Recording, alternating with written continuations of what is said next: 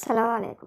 تعالوا كده إن شاء الله النهاردة معرض لحضراتكم مجموعة من الحمام للبيع. المجموعة كلها بإذن الرحمن فوق الممتازة، لأن كل الحمام شبابات وإن شاء الله على وش شغل، وبنأمل إن شاء الله إن يعجب حضراتكم. وطبعا اللي يعجبه حاجة من الحمام يتفضل يتواصل معايا على الرقم اللي هسيبه بإذن الرحمن لحضراتكم هنا.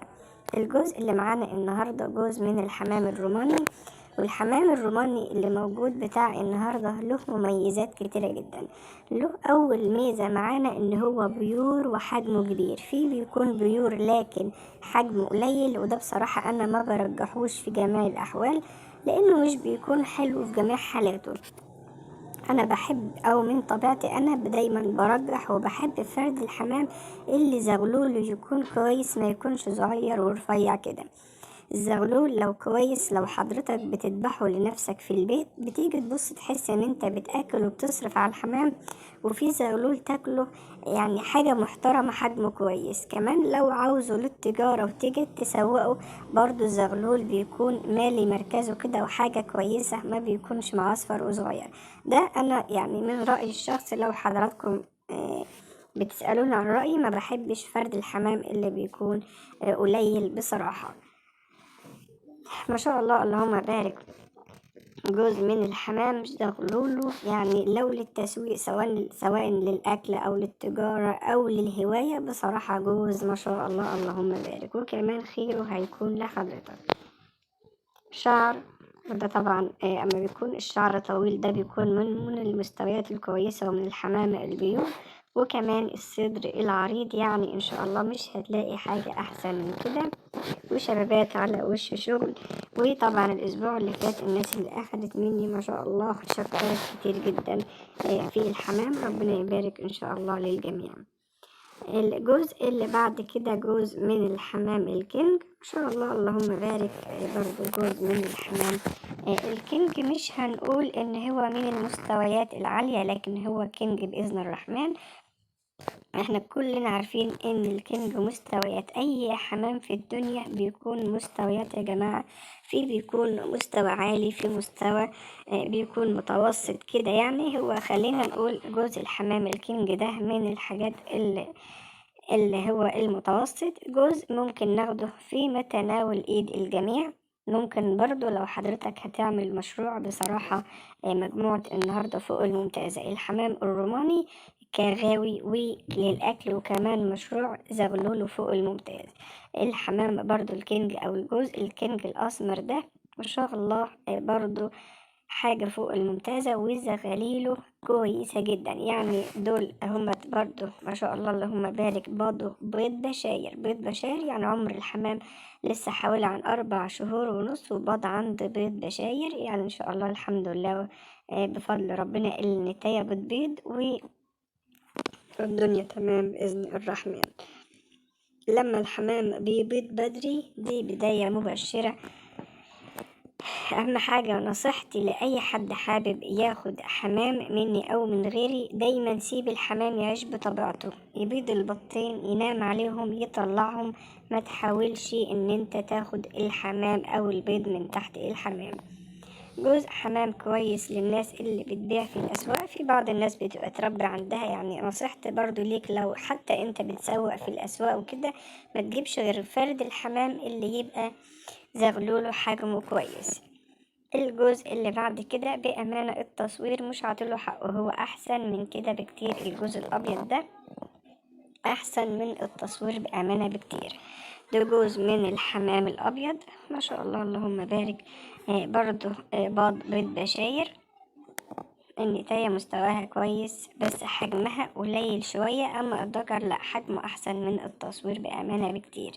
يعني هو حجمهم أحسن من التصوير بأمانة، بس هو الذكر فيه عيب. يعني لو حضرتك هتاخده وتحطه في السلاكة مكان عن هرس الحمام خده، لكن هتربيه في وسط حمام مش هينفع، لأن عندي الذكر ده رجله يعني اتحشرت كده في السلك بتاع السلاكة، فرجليه اتعوجت فبمشي يعرج.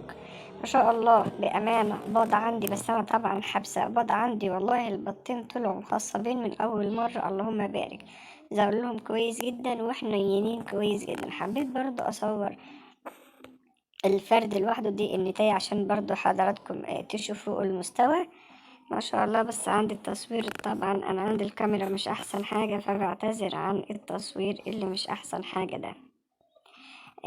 لو حضرتك هتاخده عندك سلاك قهوة هتحبسه فيه، ما شاء الله إنتاجه كويس جدا وفوق الممتاز. لكن لو ما عندكش سلاك قهوة هتسيبه في وسط الحمام، لا الذكر مش هيعرف يكسر النتاية، لأنه رجليه فيها مشكلة. كانت زي ما قلت لحضراتكم اتحشرت كده في وسط السلاكة، فالذكر مش هيعرف يطلع يكسر النتاية، فممكن بيضها يبقى مخصب. لو حضرتك عاوزه عندك سلاكة يبقى فوق الممتاز، لكن ما عندكش سلاكة ما تاخدوش في وسط حمام. يعني انا ما جربتوش بامانه، فيعني على ما اظن والله اعلى واعلم اكيد مش هينفع يكون في وسط حمام، لان رجليه وجعاه. لكن هو لوحده ما شاء الله بيكسر كويس جدا وفوق الممتاز. الجزء التاني اهو ما شاء الله اللهم بارك. دولت يا جماعة ولاد الجزء اللي هو التاني ده. شايفين ما شاء الله دول زغاليل معتمدة على نفسها، ولاد الجزء اللي انا عرضتهم دلوقتي.